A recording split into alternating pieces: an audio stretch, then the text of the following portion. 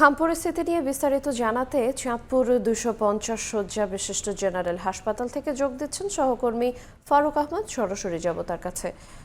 ফারুক, দেশের যেই কয়েকটি জেলাকে হামের উপদ্রুত এলাকা হিসেবে ঘোষণা করা হয়েছে তার মধ্যে কিন্তু চাঁদপুর সদর এবং হাইমচর উপজেলা রয়েছে।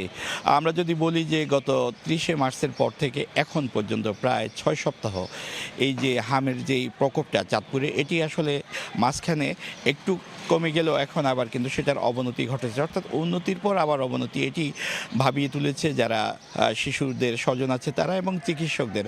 তো আমি এই মুহূর্তে আছি চাঁদপুর 250 শয্যা বিশিষ্ট হাসপাতালে, যেখানে হাম রোগীদের রাখার জন্য বিশেষায়িত একটি ওয়ার্ড আছে। সেখানে এই মুহূর্তে 45 জন শিশু আছে যারা হামের চিকিৎসা নিচ্ছে। এবং আমি এই হাসপাতালের যিনি তত্ত্বাবধায়ক আছে ডক্টর মাহবুবুর রহমান, তিনি জানিয়েছেন যে গত 30শে মার্চ থেকে এখন পর্যন্ত যে হামের আক্রান্ত শিশুদের এই হাসপাতালে নিয়ে আসা হয়েছে তার সংখ্যা 412 জন।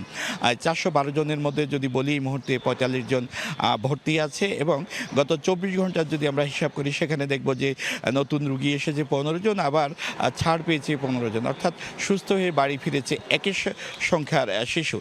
চাঁদপুরে এখন যারা হামে আক্রান্ত হচ্ছে শিশু, তাদের স্বজনরা জানিয়েছে যে আসলে যে শিশুরা হামে আক্রান্ত হচ্ছে এদের এখন প্রচণ্ড রকম শরীরে চুলকানি, অর্থাৎ চুলকানির কারণে তারা প্রথমে ভাবছিলেন হয়তো এটি অ্যালার্জিজনিত কোনো সমস্যা। পরবর্তীতে যখন তারা হাসপাতালে ছুটে যান সেখানে পরীক্ষা নিরীক্ষার পরে নিশ্চিত হওয়া যায় যে এটি হামের লক্ষণ।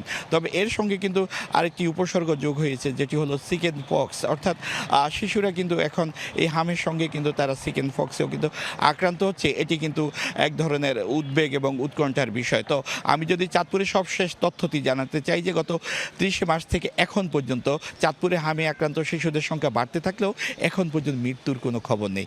এই ছিল আমার কাছে চাঁদপুর 250 শয্যা বিশিষ্ট হাসপাতাল থেকে হামে আক্রান্ত রোগীদের নিয়ে সবশেষ তথ্য।